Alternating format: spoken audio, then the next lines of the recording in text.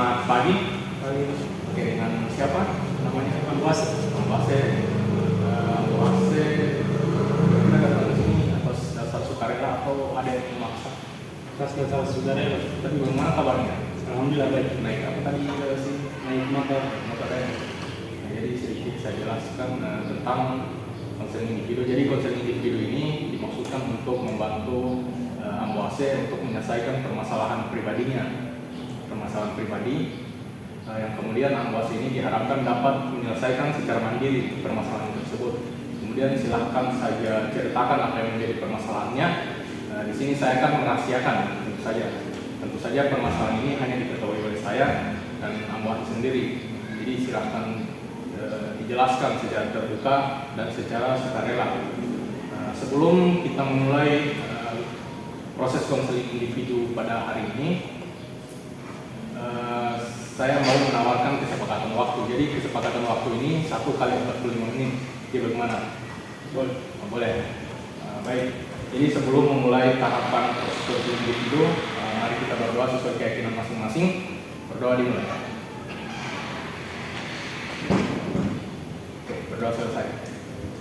Jadi silakan diceritakan secara rinci apa yang menjadi permasalahan dari Amboase. Jadi permasalahan saya juga, saya biasa merasa kurangnya motivasi belajar pada diri saya. Kurangnya motivasi belajar. Motivasi belajar saya itu kadang naik, kadang turun. Untuk motivasi belajar yang rendah ini kira-kira siapa yang mempengaruhi atau ini memang menjadi faktor dari diri Amboase sendiri atau ada orang lain yang berpengaruh terhadap rendahnya motivasi belajar Amboase? Mungkin ini dari diri sendiri saya. Sendiri ya. Untuk rendahnya motivasi belajar ini apakah dari kos?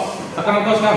Kos. Nah, sekarang kos. Apakah ini rendahnya motivasi belajar ini memang bawaan dari kampung halaman, dari semenjak SMA atau pas sudah kuliah? Jadi kan ini permasalahannya kalau pas masih awal mulai perkuliahan semester 1 itu masih semangat. Jadi ini nanti akhir-akhir ini Kak.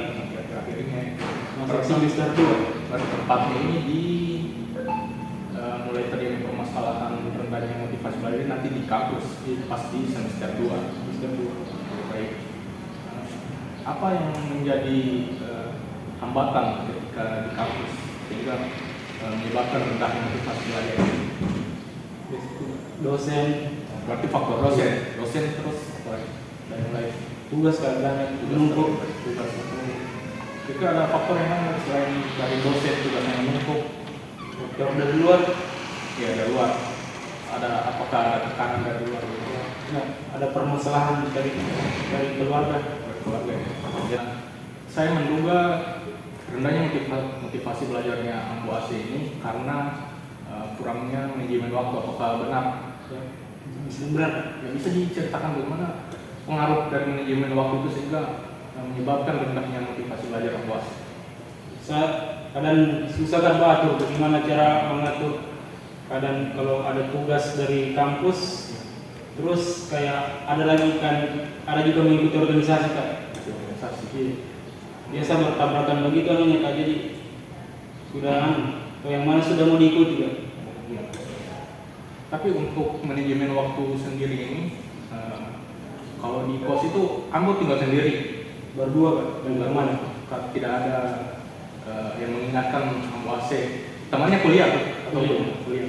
Untuk kasus manajemen waktu sendiri kan Ambo ini sering bagaimana tadi? Sering terlambat dalam mengerjakan tugas-tugas kan. Kemudian kalau Ambo terlambat dalam mengerjakan tugas, misalnya tugas kelompok kan, tugas kelompok itu siapa saja yang terlibat atau mempunyai dampak merugikan ketika Ambo ini tidak dapat mengatur waktu untuk mengerjakan tugas. Ada yang terlambat, siapa saja terlibat di dalam. Biasa kalau dikasih tugas begitu Kak, baru terlambat saya mengerjakan. Biasa kan ini kan tugas kelompok. Iya. Jadi dampak itu bukan hanya kepada saya, berdampak kepada teman juga.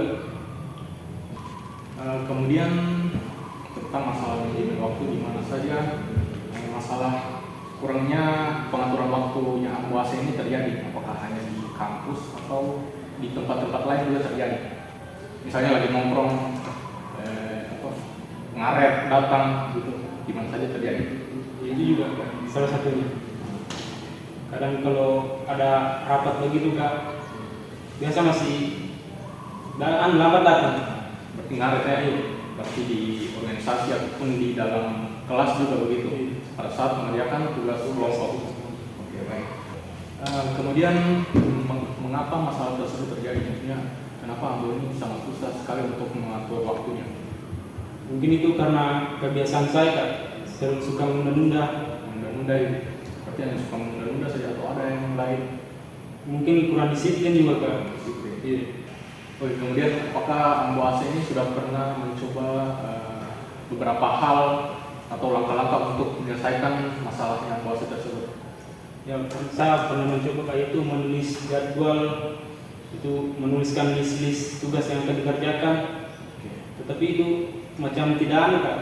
Tidak bisa saya juga. Tetap Tidak tercapai ya, berarti Ambo AC ini sudah pernah membuat list tugas harian. Misalnya hari ini tugas 1 diselesaikan tapi tidak tercapai. Berarti Ambo AC ini sudah pernah membuat list tugas harian. Misalnya hari ini tugas 1, besok tugas 2 tapi tetap tidak tercapai karena sulit sekali untuk mengatur waktunya. Begitu. Oke, terus bagaimana dampak yang Ambo AC rasakan setelah permasalahan itu terjadi? Permasalahan tentang rendahnya motivasi belajar dan kurangnya manajemen waktu. Jadi dampak yang saya rasakan itu Kak, saya merasa kalau pas dalam kelas itu saya sudah kurang aktif begitu Kak, kurang berpartisipasi dalam pembelajaran Kak. Oke, berarti Ambo ini dampaknya dari rendahnya motivasi belajar dan juga kurangnya manajemen waktu adalah kurang bertarungan berpartisipasi dalam kelas. Kemudian apakah jadi sulit untuk konsentrasi? Itu juga Kak, ya, Jadi sulit untuk konsentrasi, kemudian jadi suka menunda-nunda juga ya. Oke, baik. Kemudian apa yang bisa Ambo AC simpulkan dari hasil konseling pada hari ini? Jadi kesimpulan yang saya ambil dapat saya minta dari permasalahan saya sendiri itu yang pertama itu karena kurangnya motivasi belajar saya itu karena ada beberapa faktor. Yang pertama itu mungkin saya belum terlalu menguasai gaya mengajarnya yang di perkuliahan ini Kak. Terus tugas-tugas juga yang menumpuk sehingga saya sulit untuk memanajemenkan waktu. Baik. Sehingga berdampak pada perkuliahan. Dalam kelas saya kurang aktif, kurang berpartisipasi dalam kelas. Misalnya. Oke, baik. Jadi sedikit saya berikan penguatan tentang masalah yang dihadapi oleh Ambo AC ini. Jadi kan permasalahannya Ambo ini itu rendahnya motivasi belajar karena kurangnya penyesuaian atau memang kaget ketika di perkuliahan itu ternyata metode pengajaran dosen dan guru di SMA itu beda sehingga berdampak pada kurangnya manajemen waktu. Jadi sulit untuk mengatur waktu. Kapan menyelesaikan tugas 1 belum selesai, tugas 2 belum selesai, tiba-tiba tugas 3 sehingga berdampak itu pada menunda-nunda tugas tersebut. Jadi mungkin juga kurang fokus, kurang konsentrasi dalam kelas.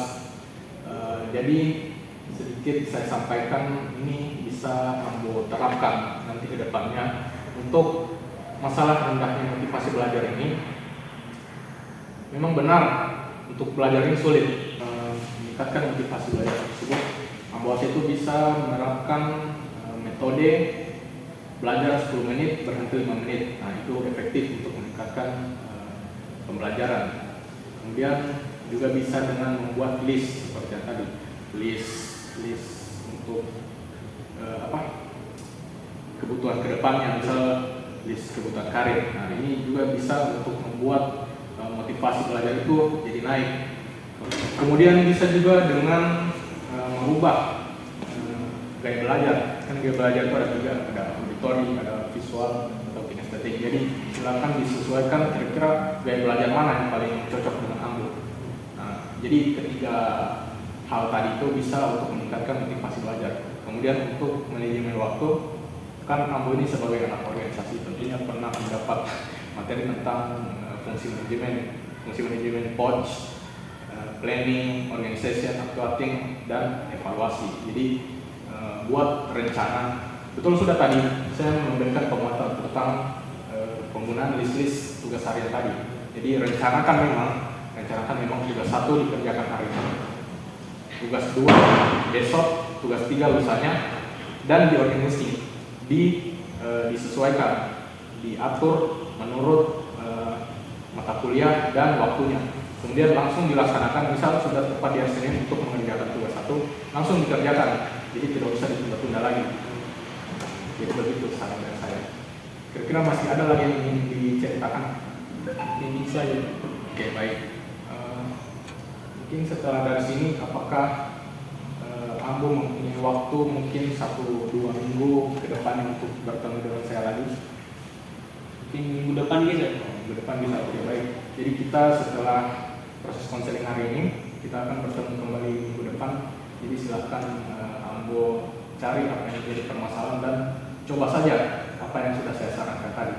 Semoga Ambo bisa menyelesaikan masalah Ambo. Jadi sebelum saya akhiri, mari kita berdoa sesuai kepercayaan masing-masing. Berdoa dimulai. Berdoa selesai. Oke baik, jadi kita ketemu minggu depan ya. Baik, terima kasih.